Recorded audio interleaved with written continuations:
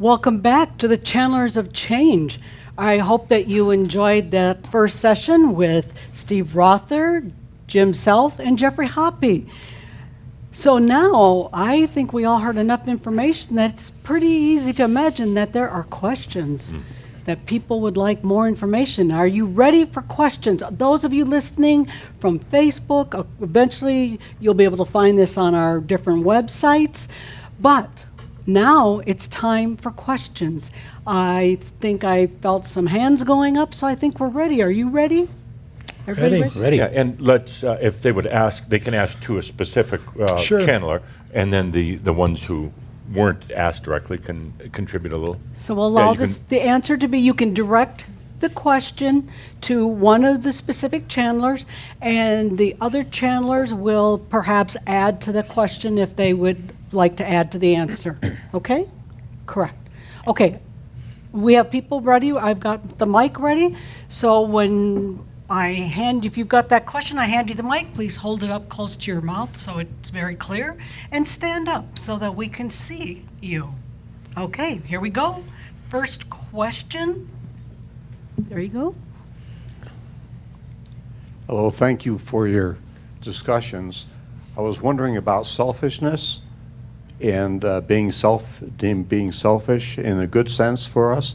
How do emotions play in that part? Who'd you like to ask that to? Anyone who wants to answer, please. Thank you. You know, my last past life was so bad that I had to name myself Jim Self this time. That was good. Yeah. So I didn't forget. That was good. I just thought that up. Yeah. Oh, are you channeling? Next question. Are you channeling that, or was that Jim Self? We're brothers too, Jim Self and myself. Yeah. And himself. No, I'm just me.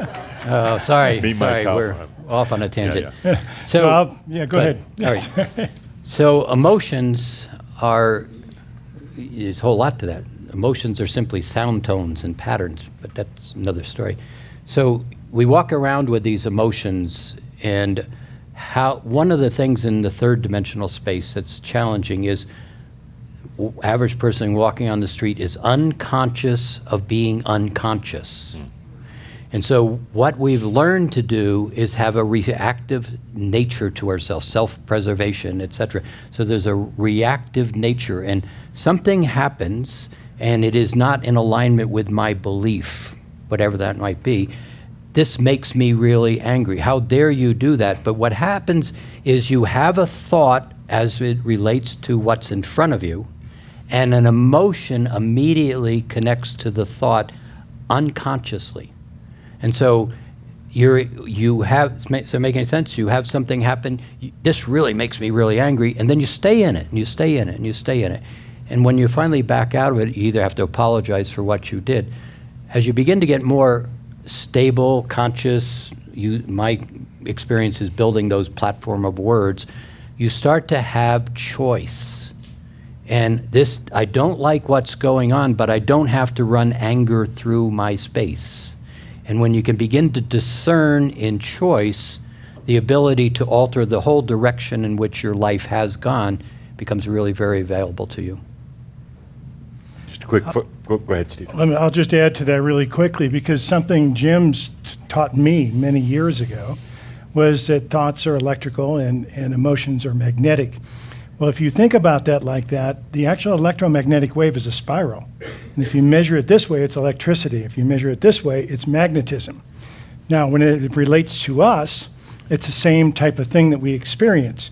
We're so used to thinking of things up here that as we evolve and start to move into this next level, we have to start feeling it here. Now, that becomes difficult because we've learned certain things up here and certain things here. One of the things we've learned about your specific question about selfishness is don't be selfish. Now, right away we think, oh, I want that, oh, but I can't be selfish. And we put it right here. So many of these things are triggered emotionally. The way that the group talked about this, getting over this, understanding this, they did a lot of research on this. We've traveled on a lot of airplanes. Barb and I traveled the globe for 20 years. Mm-hmm. Geoff and Linda are still traveling. When you get on an airplane, they talk about the oxygen mask dropping.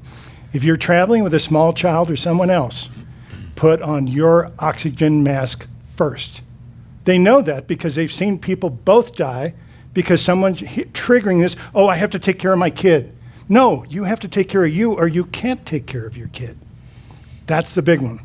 And it took a lot of us to do that, but we're reprogramming that.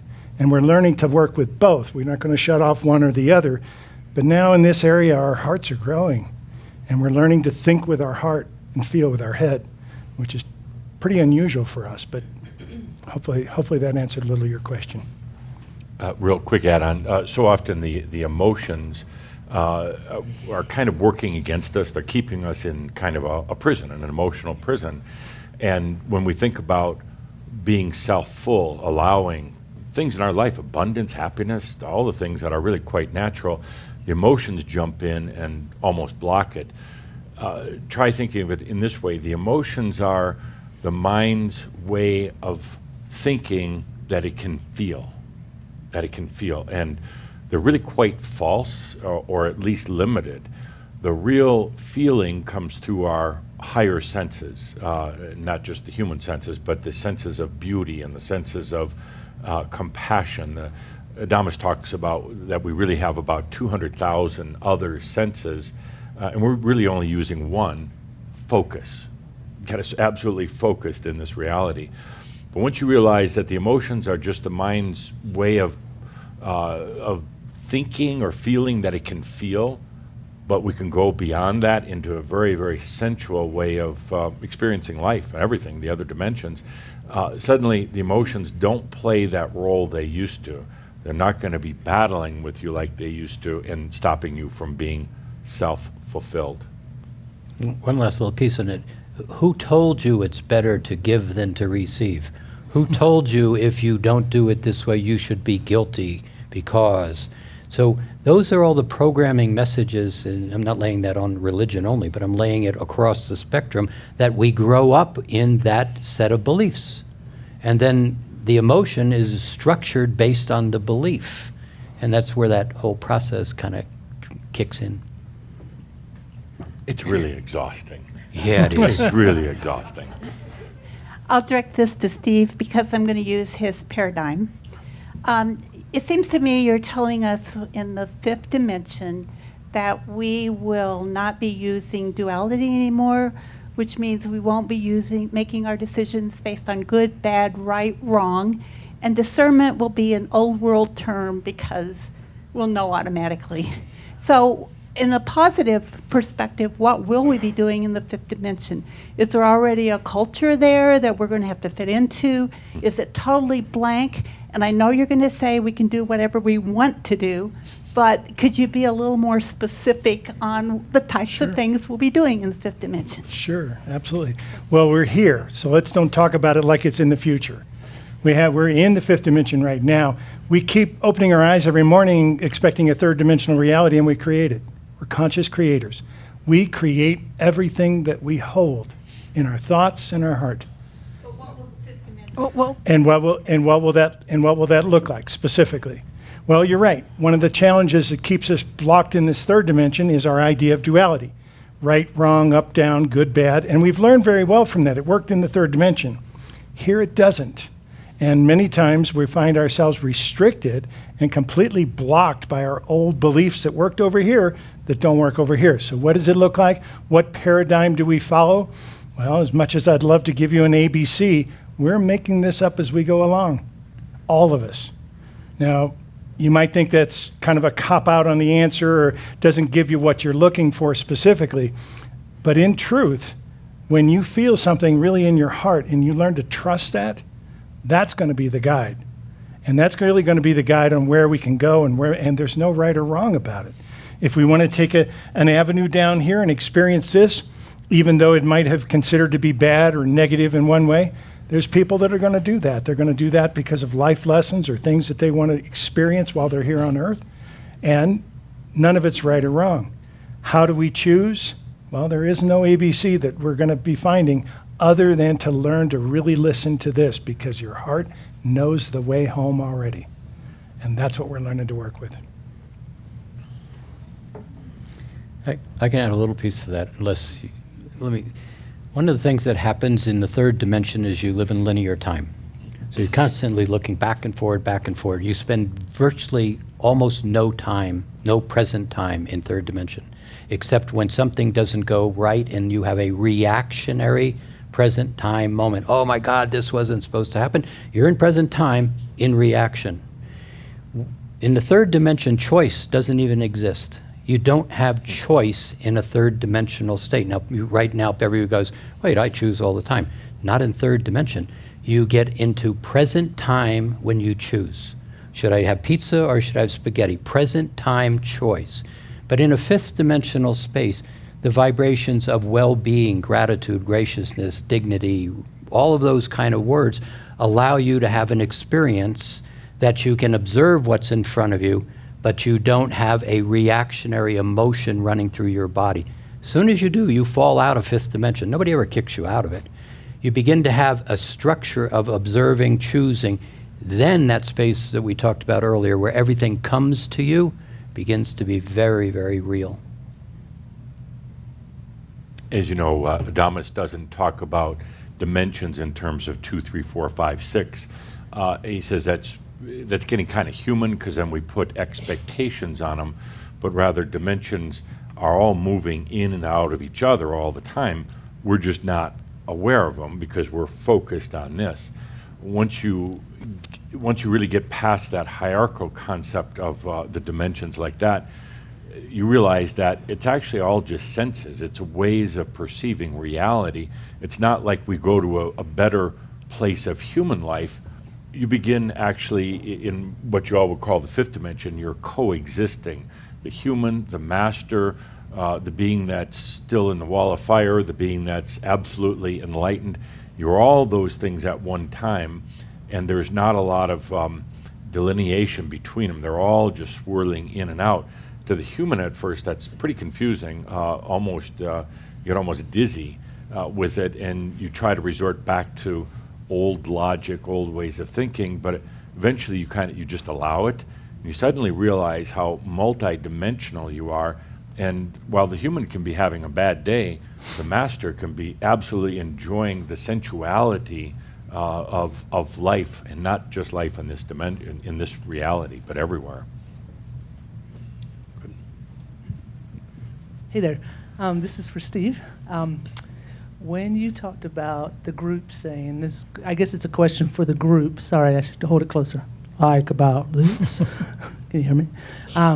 You said that wait till you see what it's going to be like. Who's the group referring to as you? Is it us, like our enlightened beings, or everybody? Thank you for asking that question. They use that word to mean the collective you. They use it all the time. In fact, I've had difficulties with some of my editors who say, do you understand how much you use the word you? And they do. They talk about the collective of humanity and how that is, because none of the group has ever had an incarnation on Earth except for me. So when they talk about you, they're talking about the collective vibration of humanity and who's listening, basically. You ought to invite them down here to have a I life. have. They have declined over and again, yes. All I hear is this laughter going on back there. Yes. You're next. It's amazing. Okay. Okay. I don't know that I am hearing a little contradiction here. So I understand allowing. However, how can we truly allow if in the background there's this hope of changing the world? Geoff will be happy to answer that. Thank you. Go for it, Geoff. And thank you, Jim. That's a tough one. We're all invested in this planet in a lot of ways. A lot of us have been here since the early days, pre-Lemurian even. And we have such a deep love for the planet. And to hear Adamus and some of the others to say, you're not going to save the planet, not that it's going to fall apart, but let it be what it is, that's kind of tough. And it took me a long time to really allow that. And in that allowing, I realized that all my stressing about the world, the stressing about the community or family members or anything, it really wasn't doing any good anyway. If I would just take care of myself, allow myself, and as Jim said, at least love myself, that's going to make the biggest difference on the planet of anything. But if you do it to make the difference on the planet, it's not going to work. It's going to bite you in the arse.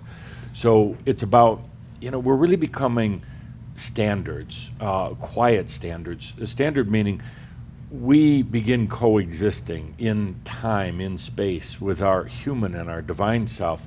We begin that, and we allow it. We are the and other people are going to sense that. They may not say anything, or they may spit on us, or who knows, but they're going to sense it. That's going to set up a whole new layer of consciousness for those who are ready, for those who say, enough of limitation, of wars, of poverty, of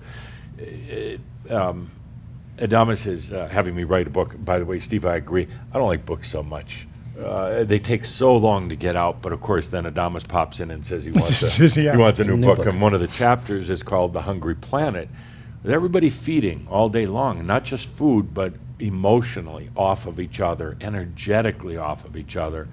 And I think we're going to be the first to stop that trend. We're going to stop the trends in our ancestral biology that's been going on for generations. We're going to stop the kind of the disease that's carried in the body. We're going to stop the old thoughts that are carried in the body. We're doing it quietly, not up on soapboxes, and not professing more beliefs. You guys are already showing it and shining it, and you don't actually really need to say words. That's the beauty of it, and as are all of you. And it's just, I know what you mean when you say the hope of the planet, but the hope is yourself, actually. Let me add just a little piece to it, short. Hope is a vibration that in the third dimension has an opportunity. A lot of people who are in lack and no sense of themselves, hope is a vibration that actually allows for possibility. Very, very important in the third dimension.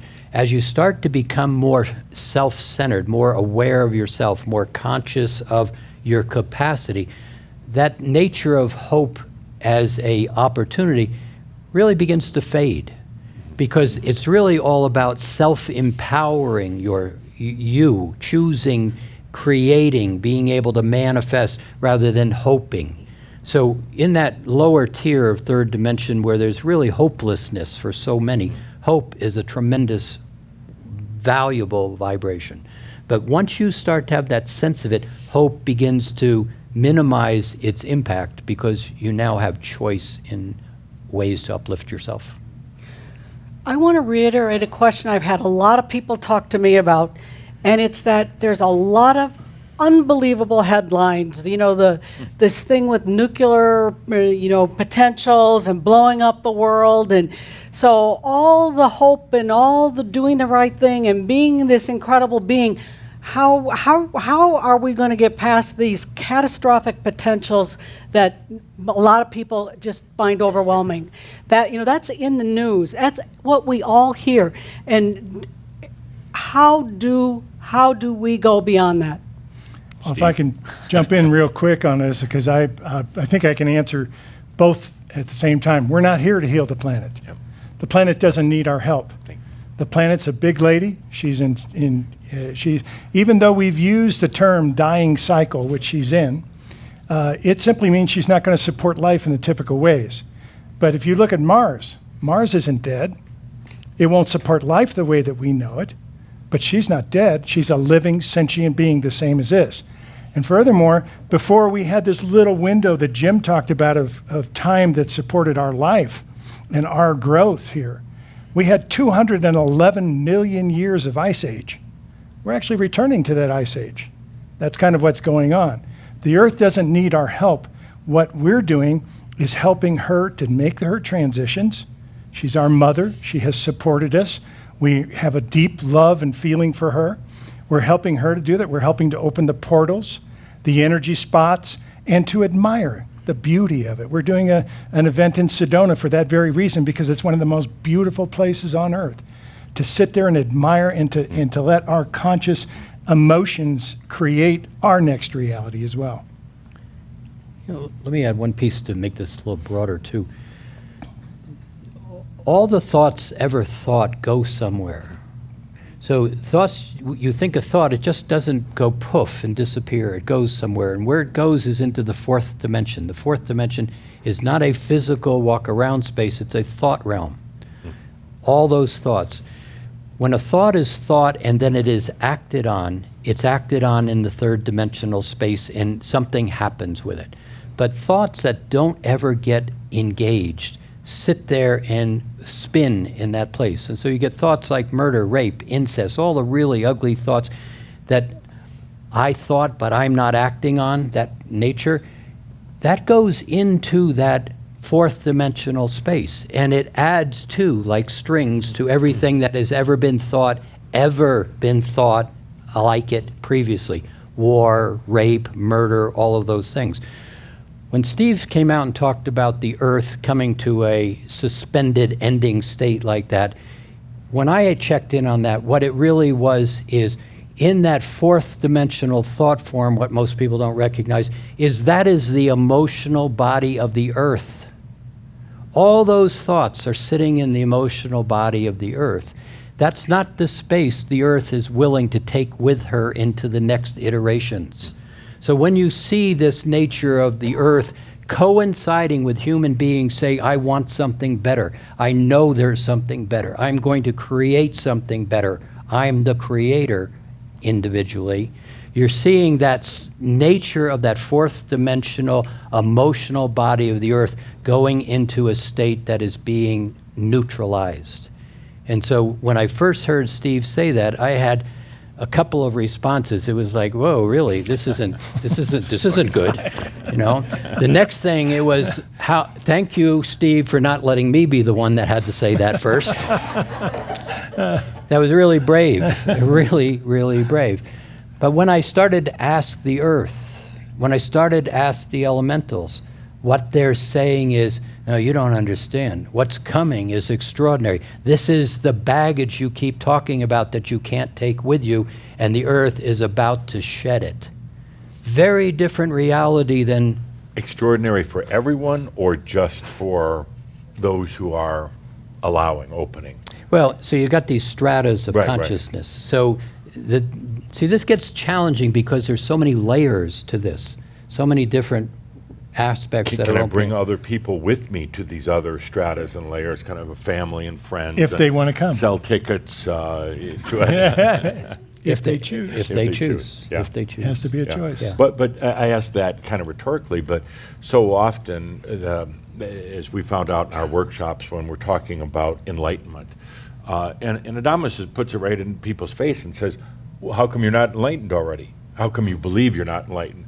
Well, you know, I got to wait for my kids to grow up, or I got to finish my college thesis, or I'm broke right now, I can't afford it, or things like that. And it's almost ludicrous, the whole thing about, you know, it's all available right now, but we shy away from it. Also, I wanted to add that Adamus talks about that Gaia, which is a entity, a spirit, and came here to bring life force to Earth so we could live in biology. He says that she's leaving over the next couple hundred years, slowly departing, done her job, you know, it's over with now, so she's leaving and giving the responsibility to humans. And in a way, they're resisting that. It's like mom kicking the kid out of the house, but it's the other way around. And humans are resisting it. They want that care from Mother Earth. And Mother Earth is saying, now it's up to you. It's all right there. Nature is within you. And I think there's kind of a mourning, kind of a loss with that also. But it goes to what you're saying, Steve. It's going to change. Earth, it's not that it's going to blow up or anything like that, but it will be so changed in so many ways that you won't recognize it. And to add to your emotion about that, they likened it to moving into a brand new house. You finally get the house with all the rooms you want. It's got room to grow. It's got room for your family, kids, and everything else. But then you turn around and you look and you remember all the beautiful memories you had in the old house. Yeah. And you're going to have that sadness and that melancholy and that grieving sort of. Yeah. Well, that's one of the reasons they wanted to draw a line in the sand and say it's time to start doing that work. Yeah. It's also about seniority. It's about taking back your seniority rather than giving it away and giving it away. It's really, the Earth is saying, take responsibility, Yeah. become senior in your own Yeah, space. not kids anymore. Yeah. Yeah. Do we answer your question, Linda? No, that's fine. Okay. Keep asking. Well, I got the mic. I had one question, and now I have another question. So, and I've actually forgotten both of them, but I'll just go from the. Oh, okay, sorry. There's other people with questions. Really? No, I have it. Okay, It's. be clear. I will. I'll ask my first question. You had said, Steve, that, and this is about the Earth, and this is really more just a curious question. When I believe it was 10 years, you were talking about the water rising, and that's when things are really. And then you said, well, there are a few things that we as humans can do to delay that. And is it like, take the bus to work or recycle, or is it more of the shine and The shine and the evolution of the spirit in the physical body is for us. For us to help the planet, everything we can do to reduce the carbon, to stop the pollution, to do anything of that nature that we can, is going to have a tenfold effect over what it used to have even last year. So literally the next 4 years will basically tell us when that timeline is going to be about that. But for us, we need to start moving now. Thank you. If I could add one thing about that. Adamus talked recently about all the stuff going on the planet that was been addressed before, but Donald Trump, the potential wars, the terrorism, everything else, and the environmental concerns. And he said, while these are all real, he said, actually, in a way, they're all a big distraction for what's really happening that's not being addressed, and it's the whole evolution of technology. And is the consciousness ready to handle technology? And technology can be very power-oriented, very masculine-oriented. Computers are generally kind of masculine, software. And he's saying, don't lose sight with all these other things of what's happening with technology and artificial intelligence. Not that we're going to go out and battle it or not use it, but we need to bring our consciousness, our shine right up front, so that it's there for those who do choose, I would say, a higher consciousness way. We've been working with things called diodes, basically semiconductors, which only conduct electricity in one way. We've recently found a new material based on carbon that is going to basically change everything about all of our computers. It's going to jump it up about tenfold very quickly. We're starting to not only restrict ourselves to carbon-based substrates, but now they're finding other substrates that work even better. The technological evolution is going to happen, and it's going to be honest just like that. So being prepared for that, knowing what that's like, and Geoff's talking about it, Adamus has been talking about it. We've been talking a lot about the internet, the connections with it. Security in the internet is just absolutely going to change everything. We live in the times of no more secrets, but that doesn't mean that we necessarily want to go give all our secrets away right away. That's all happening very quick. So I absolutely agree with what you're saying about that. It's going to happen to us very fast. The distractions are very real. So, for example, all those jobs that have been lost in the United States, 72% of them have been lost to technology. Yeah. It hasn't been lost to Mexico or different parts of the world. There has been that, but that's not the case. You're starting to watch, if you really, I pay attention to a number of AI companies and AI people, and they're saying the next generation of AI is not just your garage door opener. It is far more sophisticated, and it's within 1 to 2 years away. Yeah. It is not centuries away in the process. And so you really got to start looking at one of the larger questions is, if that level of technology begins to be put into the workforce of the world, what happens to all those folks that used to have jobs because of technological change? It's going to be a very disruptive feature in what you're about to see happening in the next 5 to 10 years. But everything is getting disrupted, from banking. Yes. It's amazing watching the disruptions. Agriculture, medicine, everything is getting disrupted. And people are actually handling it fairly well, or they're just ignorant to what's really happening. But life, as we know it, it's changing. And that's not good or bad. But I think we all need to be aware that the changes are here. But let's not think like the human, let's think like the master of what the changes really encompass. The changes just doesn't mean you're going to pay more at the grocery store for something, or you'll have a self-driving car. Those are so incidental compared to all of the changes and what they really mean. One of the technology changes you're going to see in the year 2000 is China produces 19 cars to every 1 car produced in the United States. Starting in the year 2000, they are going to be electrical. Yep. So yes, you have pollution, all those things, but that's a disruptive force into the nature of how how people move around. Huge disruption coming about just 2 years, 3 years out in front of you. And it doesn't mean bad. It No. just means No, it's a change. changing. The whole gas station business, is going to be disrupted, and the banking system banking system basically kind of went under a while back, and nobody really knew about it. And that's changing everything. Let me give you one more piece of that. In India, India has just done something absolutely extraordinary. So you get about 1.9 billion people, more population than you have in China. In India, they just put together a card. 98% of the people are really, really poor. They just put together a card. It has your thumbprint, it has your name, and it has your retina scan. 90% of the population in India now has that card in their hand. They're registered in such a way that all information passes through that. And India just basically did something outrageous to stop the black market. They shut down their cash system, meaning they just did away with what would be the equivalent of a $50 and $100 bill in U.S. terminology. So now all you have is, in fact, in their reality, they basically have a $10 bill. That's all they have. Now, they still work with cash, but everything is on that card. It is going to be the single biggest transformational banking shift that you're going to see in the next couple of years.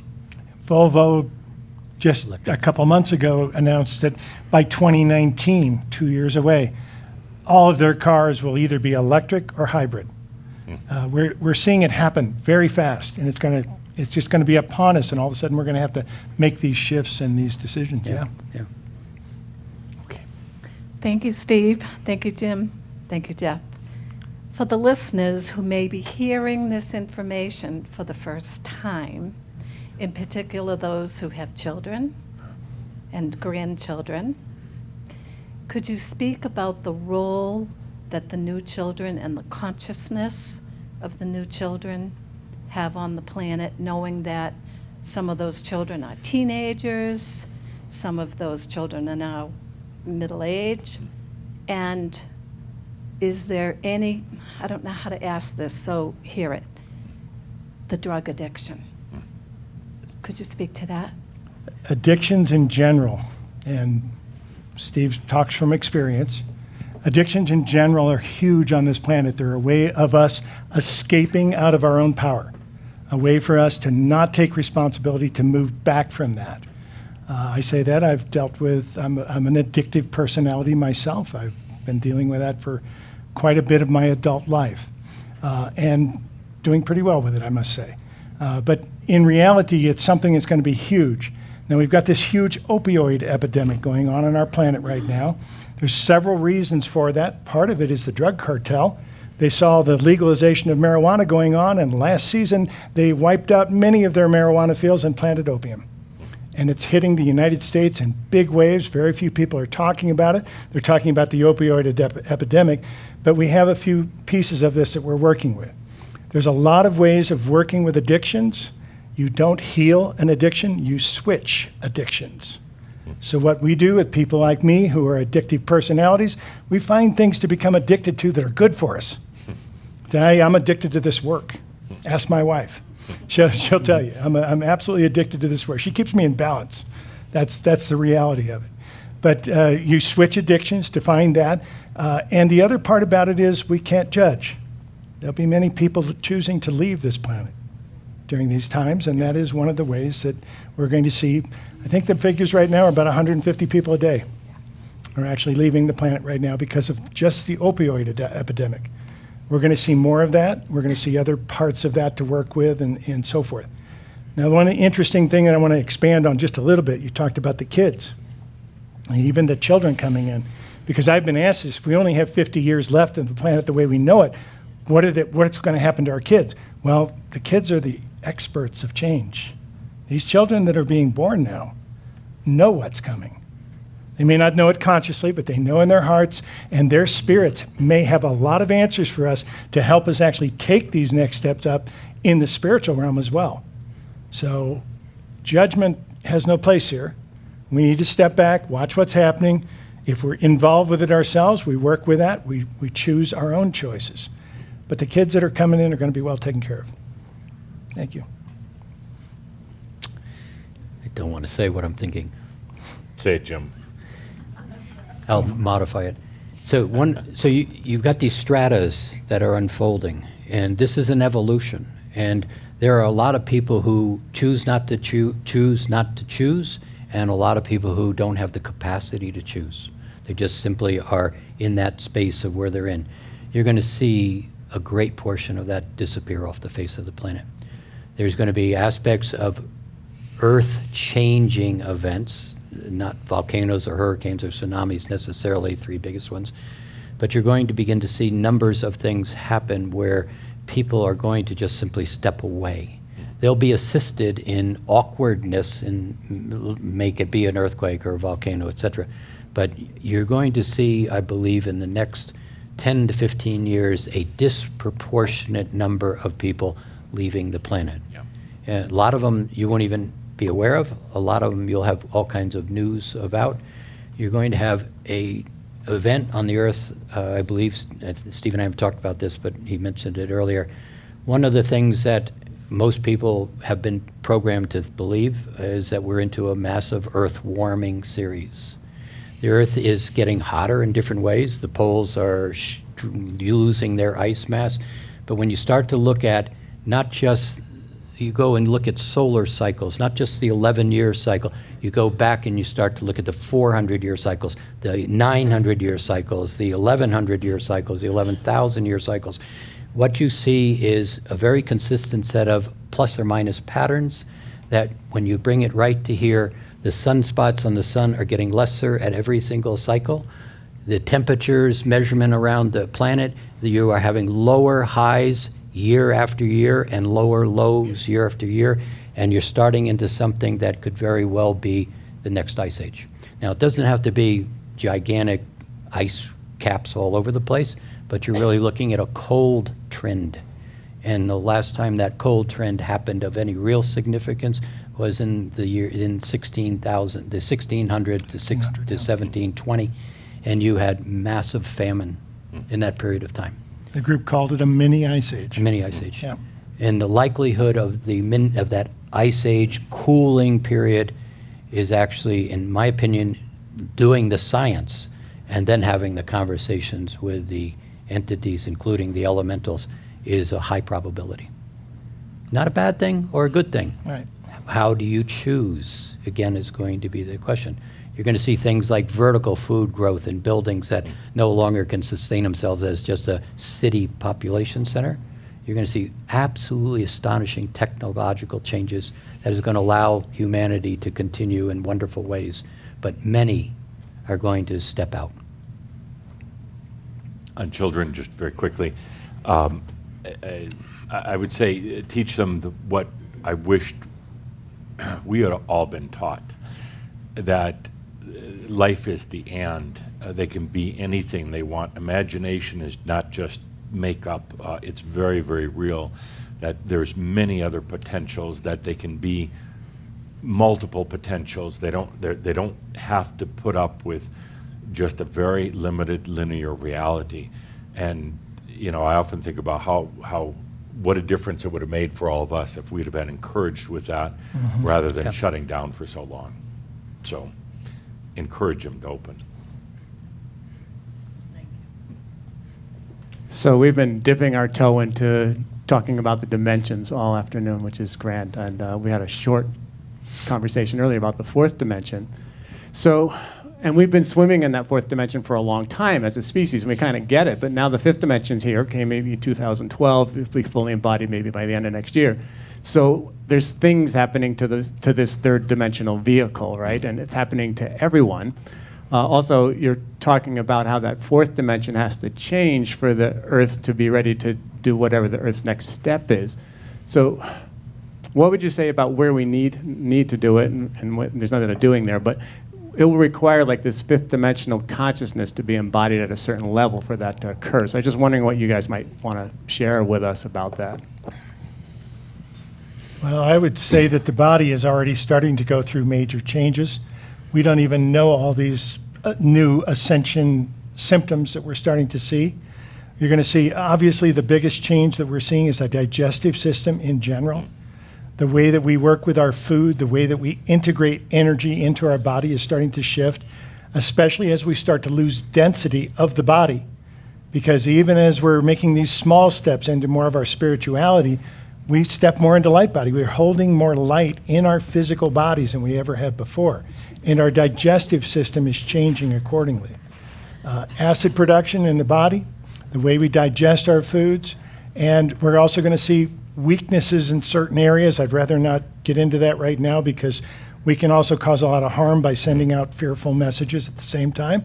But people will have certain weaknesses and so forth in other areas of their body that will quickly pass, but we tend to go through it as a group of people. And one of the first areas is the way that we integrate energy into our being. Yep.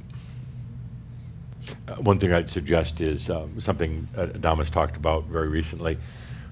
On our linear reality, here at the end of the linear line is death.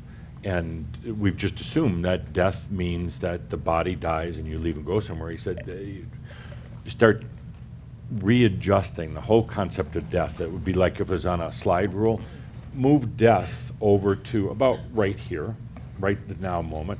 Allow yourself to go through death and realize that the body actually doesn't have to die. It's a very old concept that death means a physical death. Allow yourself to go through that evolution process, go through a death. You'll wipe out the fear of death, and you'll be able to live in a whole different consciousness. And it also sends a signal to the body, you're not going to die in the old conventional way. This is such an opportunity for all of us to shift the whole concept of death. Do it right now, get it over with, and stay in your body, and have your mind, but a lot more clear, and have consciousness, and have imagination and senses. So just slide that whole concept of death to now, let yourself go through it, and it's really a wonderful form of freedom. There's a transformation that's happening to you that you don't know about. I'm talking to you, me, all of us in a lot of ways. One of the things that's happening, again, around the Earth is it's taken the last 400 years, the Earth's magnetic field has lost about 10% of its shielding protection. In the last 10 years, it's lost 17% more. The extraordinary amount that the shields are weakening from the standpoint of the suns. One of the things that's happening, if you look at the science, they're going to tell you, well, gee, the gamma radiation is going to be penetrating, and nobody's died from gamma radiation yet, and the odds are it's probably not going to happen in the context where I'm talking. But what I can tell you is the new waves that are coming in are not, you can't meter them. There's no technology that recognizes these new waves that are coming in. And so a lot of the shielding that's being lost is really allowing a lot of this to change. One of the places that's affecting you is in a part of your brain called the hippocampus. Hippocampus deals with emotions. It deals with pairing or bonding or coupling. I like you, you like me, collective nature of us. But it also deals with memory. And it's almost as if you look at a square with 1,000 pixels on it, the little pixels are just starting to change. The imaging, your memory structure is being reconstructed. And a lot of what you're remembering is where you came from, who you are, what's happening. But when you start to hear things like the magnetic fields are breaking down, et cetera, the tendency is, oh, that's not good. And so I think what we're really saying here, and I'm saying it with this piece, is don't assume a lot of these changes that are coming about are destroying the earth or destroying you or wiping away different things. There is really, you are evolving as a human being. We are changing the entire functionality of the species. I know in the work that we do in Mastering Alchemy, now watching, 500, 600, 700 people now stepping into that living light body after spending 3 years of week after week after week, specific instruction on how to. What I'm watching is a great portion of those are very much in a place where they're changing. That body is beginning to change. And it doesn't change overnight, and how you see yourself doesn't change overnight, but it's working. And that nature of these cosmic waves that are coming in are really very much about changing your own imaging of yourself and how you understand yourself. And that's going to happen across the planet. The more of you who get it kind of first, begin to hold that consciousness into the ethers that create pathways for everybody else to follow. And that's really a very big piece of these cosmic waves.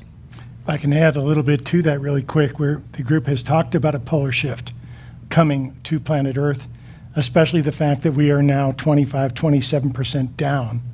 And it's only been about 100 years that's happened in. It's been an astounding thing. And we go through this on a regular basis. We go through this roughly every 500,000 years on planet Earth. We're currently 255,000 years overdue for a polar shift. So you can kind of see how we've gone through this stuff. And is that a life-changing event? Well, there's a lot of things that are shifting, that are going to have to do with this. That is not on one. That's only one of many things that the Earth is going through during this process, and that the group says we're actually going to see about in the next 50 years. And these things aren't plus or minus, black or white. These are evolutionaries kind of walking the spiraling staircase.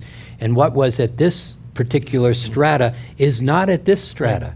So the perception of, oh God, this is how it's going to be, this isn't good, really begin to start to temper that a little bit and look for what's spectacular possible. And these blossoming points on these new waves are already changing how you're going to perceive in the next 5-6 years. Well, I think that's one of the reasons they came out with this line in the sand, so to speak, Yeah. is so that we wouldn't get freaked out when we start hearing some of these things taking place.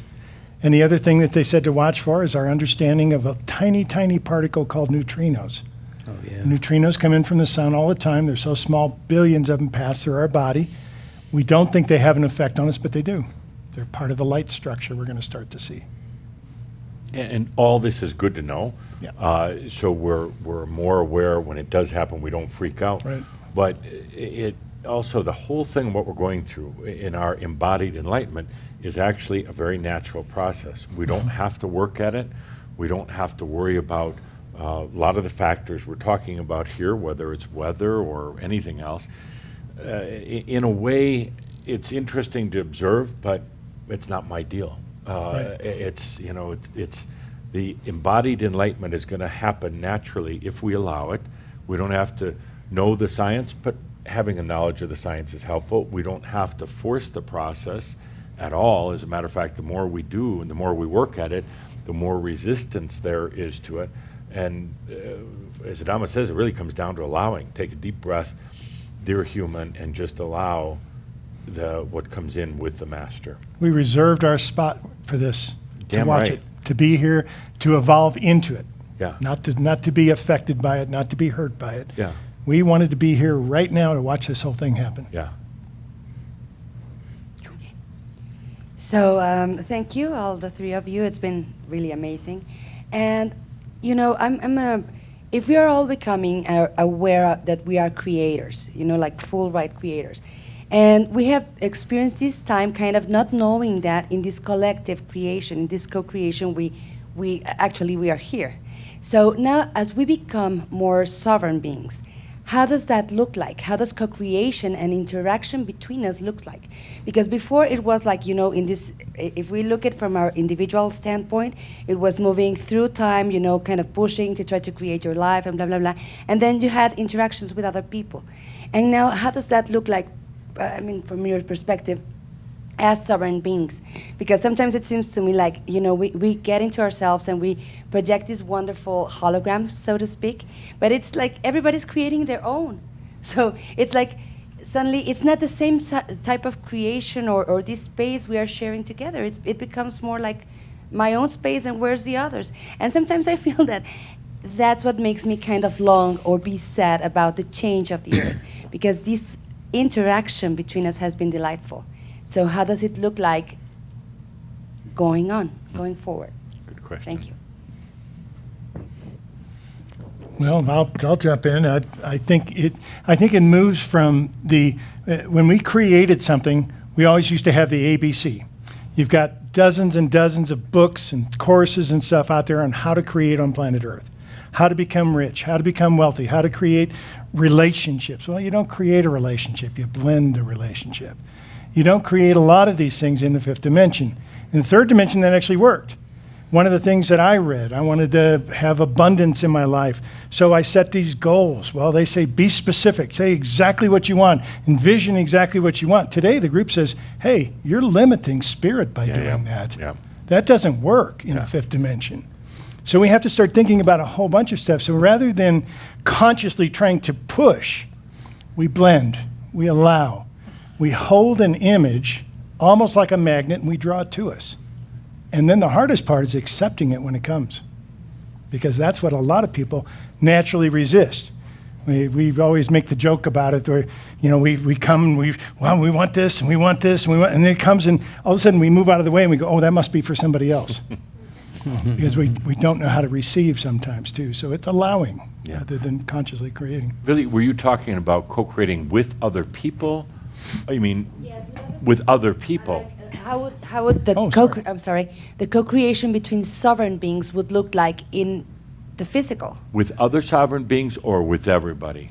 No, other sovereign beings. This type of creation that contains consciousness and that has compassion and that's not really trying to create something to change the changes in the world or to affect the changes, but to actually create. Because if this earth now is co-creation, sometimes maybe I'm thinking linear still, but it looks like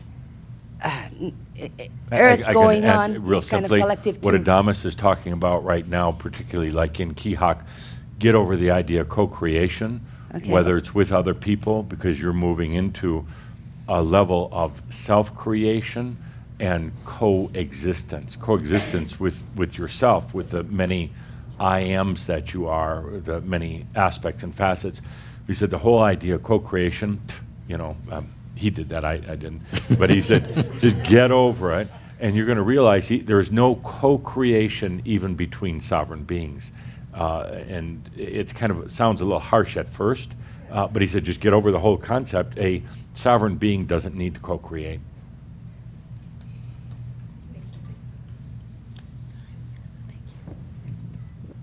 I do have a question based on a very vivid dream that I had.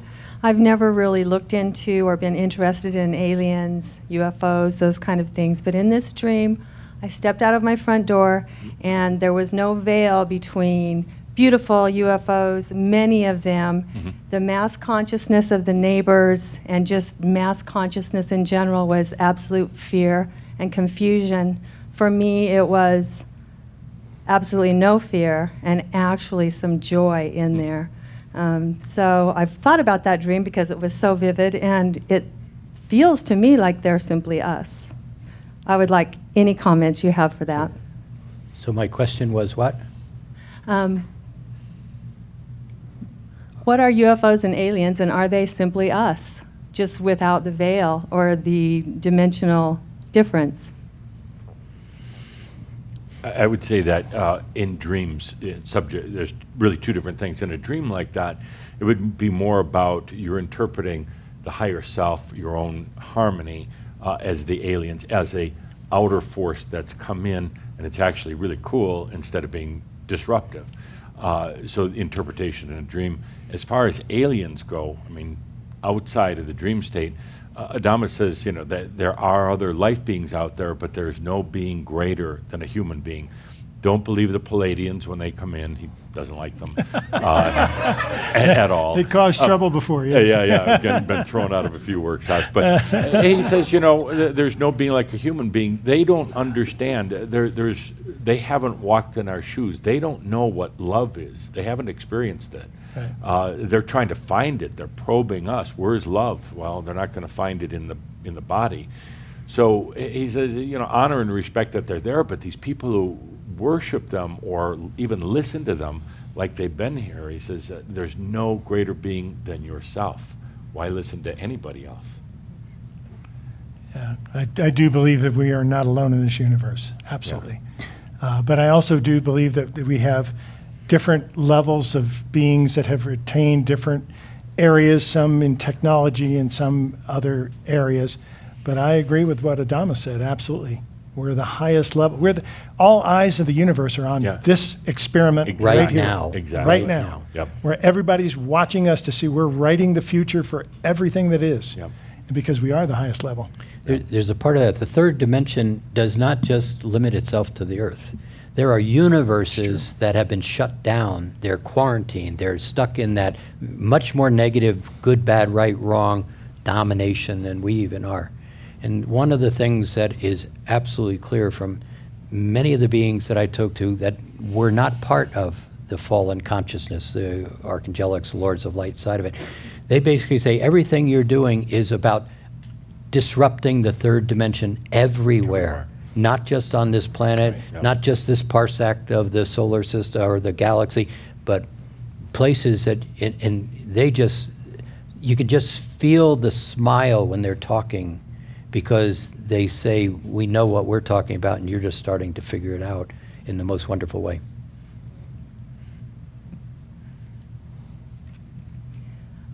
So just to kind of put this simplistically, I think what you're saying is we are all the microcosm of the macrocosm, and that as long as we're living in as much joy and love and harmony as possible, then we're living in the fifth dimension, and things will evolve and we can allow. Is that a correct? Yes, and add the word choice. Choice, I and have have choice. choice, yes. Very different in that. And with the magnitude of what's beginning to be in your conscious knowledge base that you're drawing from to you, the opportunity to alter directions from what the third dimension, what you know as a third dimensional being, and what's possible in that next realm of things. One of the pieces that in the conversations I've had with Yeshua and a couple of the others in that Christed light configuration is in this light body, one of the things that happens is there's a particular configuration that becomes available where you and the soul become one in the body. The mind that you think from is the Christed mind, and your engagement is directly with spirit in a human form.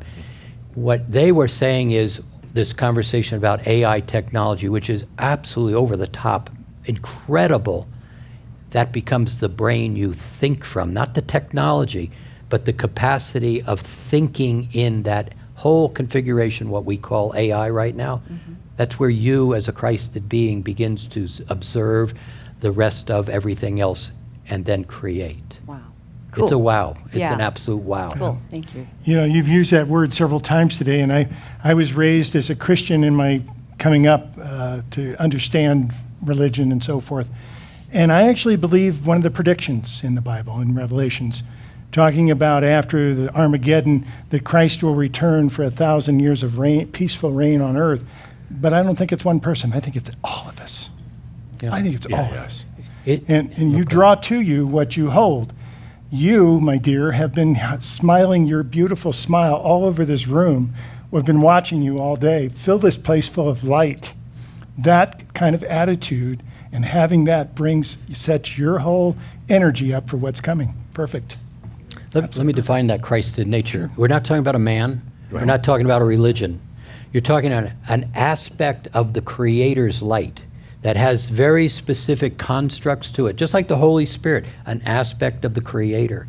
And in this particular aspect, it's being gifted into humanity because of the presence of what humanity actually is and can do.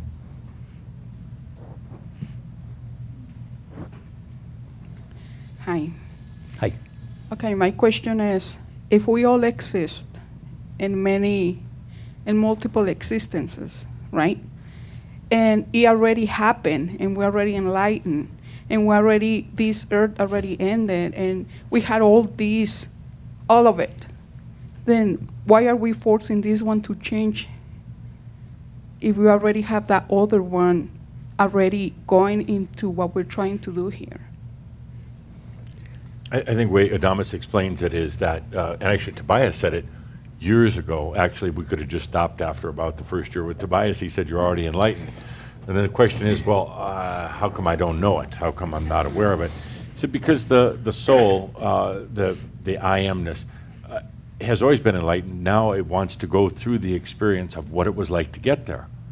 And it wants the day-to-day experience, the real-life experience. And it comes back to us, so how do you want to realize getting to your enlightenment? Do you want to do it the hard way? Do you want to suffer? Do you want to have emotional pain? Or do you want to do it joyfully? And that's where it comes back to what you're saying, Jim, the choice. We forget that we can do all of this. We can transcend death. We can transcend the things we don't like about being human, and that's the new earth, really. It's the things we didn't really like about being human, disease, the body, and fighting with other people.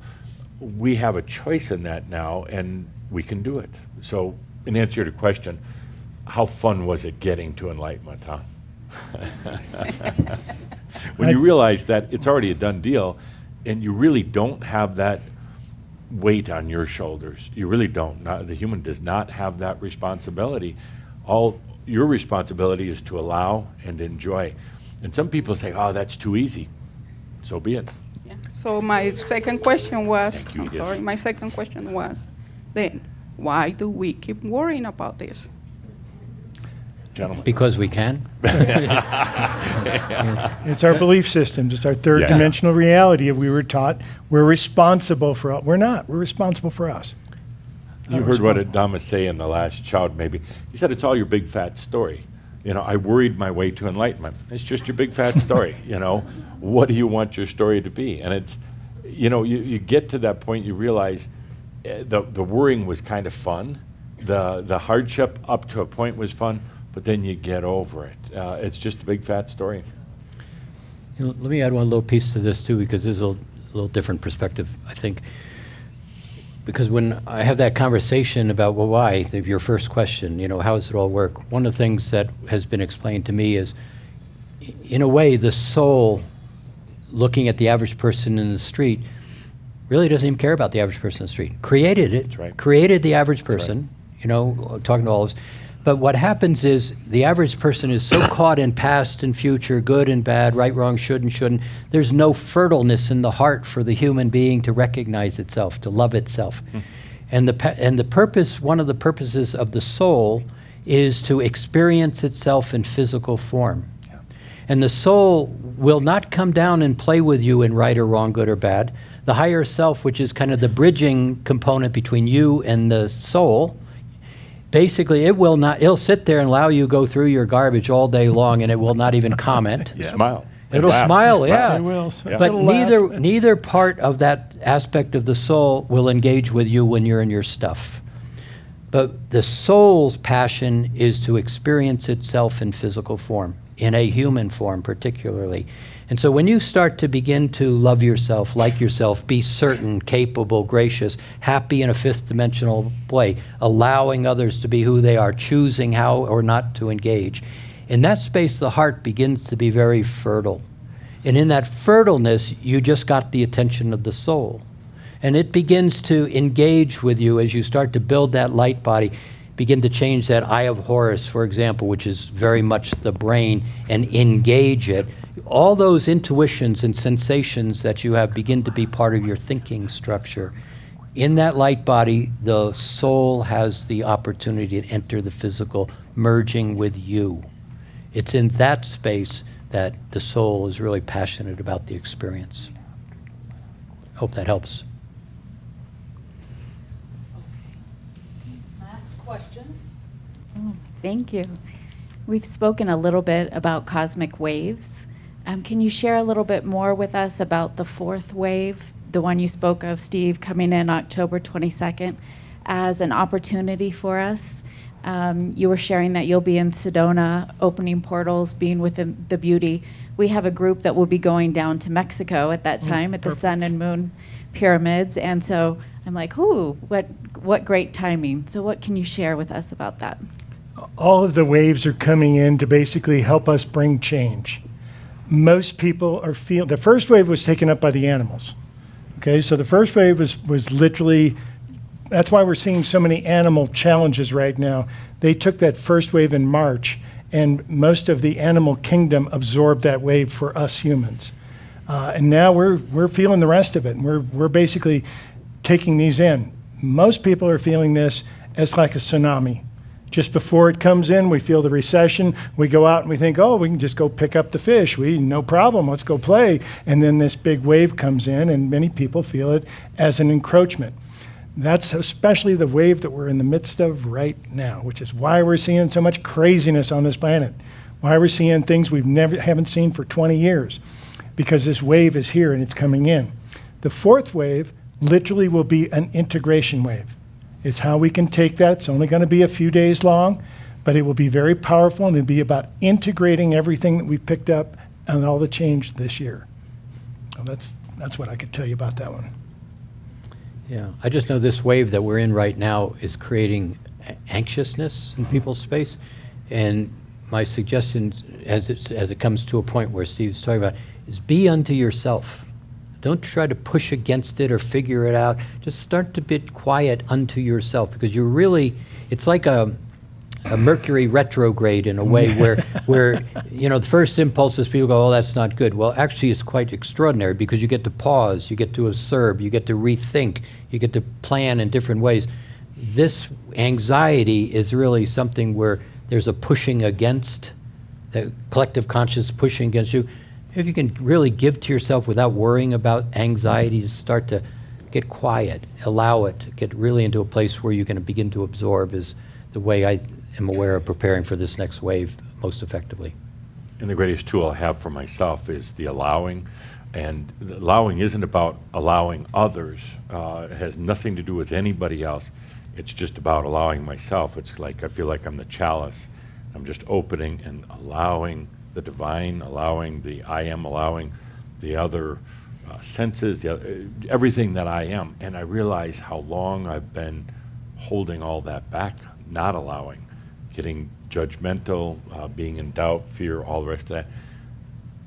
Take deep breath and just allow. Good, thank you.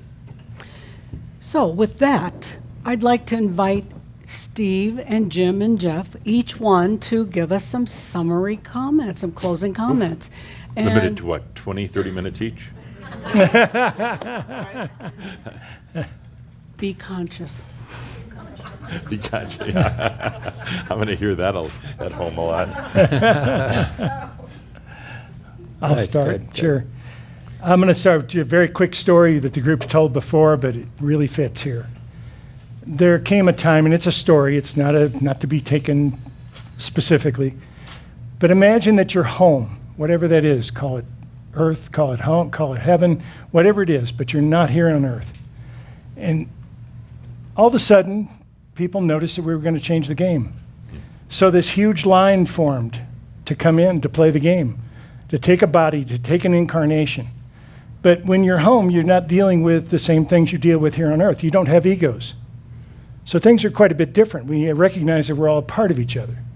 So even though this long line formed in heaven, if you will, the first person turned around and looked at the second person and said, you know what? You got a better chance of making a difference than I do. Why don't you take my spot and I'll move back? And there was this huge reshuffling of this line. And only the finest came in. And here you are. Mm-hmm. You're the ones at the front of the line. Thank you. You know, I heard that story a little differently. Yeah. See, the way I heard the story is is the creators said, we're going to go have a new experience. And we're going to have this experience. And what you're going to do in this experience is you're going to put a bag over your head. And then you're going to go down there and you're going to forget me. And you're going to forget yourself. And then you're going to bump around and try to figure out how to get back here. And it was you who said, send me. In fact, you pushed your way to the front of the line, knocked all those other people out of the front of the line, didn't wait for yourself to give up. You said, send me. And then you said to the creator, well, this bag thing, this darkness thing, how far do I have to go? Creator said, knock yourself out. And what you said was, just watch.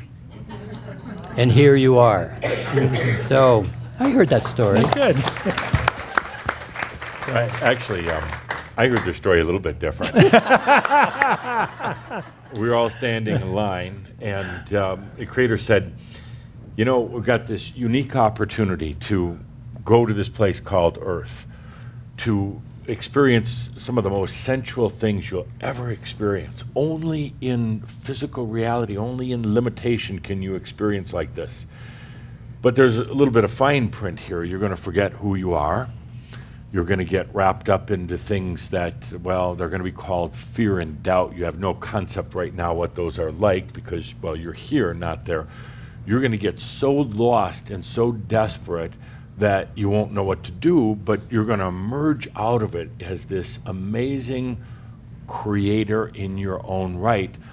And the creator, full creator, said, so we need volunteers. There was a long pause, and everybody but you stepped backwards. And that's why we're here. Yeah. I just did. I think the thing that's obvious, big changes, don't stress about it. Really, don't stress. You're not going to change the world. The changes you're going through within yourself are the natural changes having to do with embodied enlightenment. Yeah, your body's going to ache at times. Your head's going to go crazy. Smile. You're just going through a very natural process of enlightenment because you chose it. You know, I'll just end it with the same way I started it. How do you choose? Yeah. How are you going to choose? You got all this ease and opportunity and allowing before you, but it really is, how do you choose? And that choice is, where do I put my foot next? Consciously, intentionally paying attention. How do I choose? So, with that, I would like each of us, all of you, whether you're listening online or you're watching from the studio, thanks to the Channelers of Change, Steve Rother, Jim Self, Geoffrey Hoppe. Thank you for the incredible information. Truly, truly appreciate it. Thank you for this incredible event. Thank you to the audience, live audience, the audience online, and thank you to our incredible production staff. Yep. So with that, thank you. We close this session. Thank you. Show's over. The end. Awesome. Great. Thanks. Okay. Great. Very Thanks. nice. Fun. Great.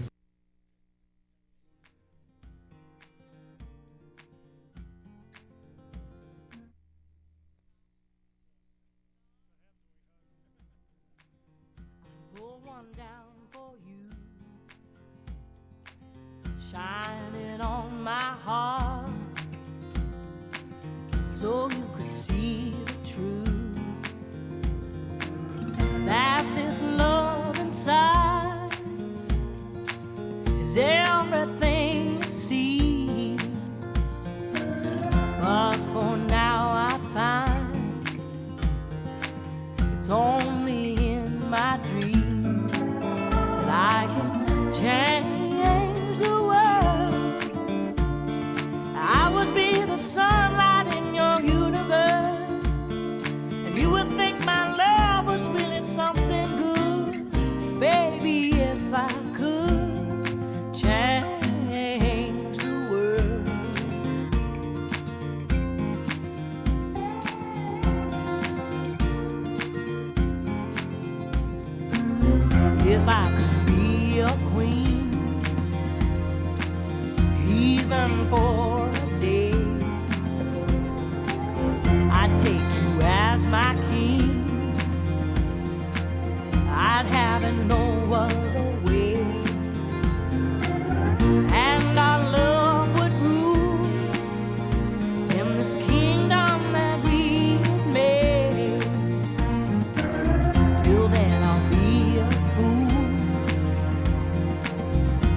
wishing for the day that I can change the world. I would be the sunlight in your universe, and you would think my love was really something good, baby.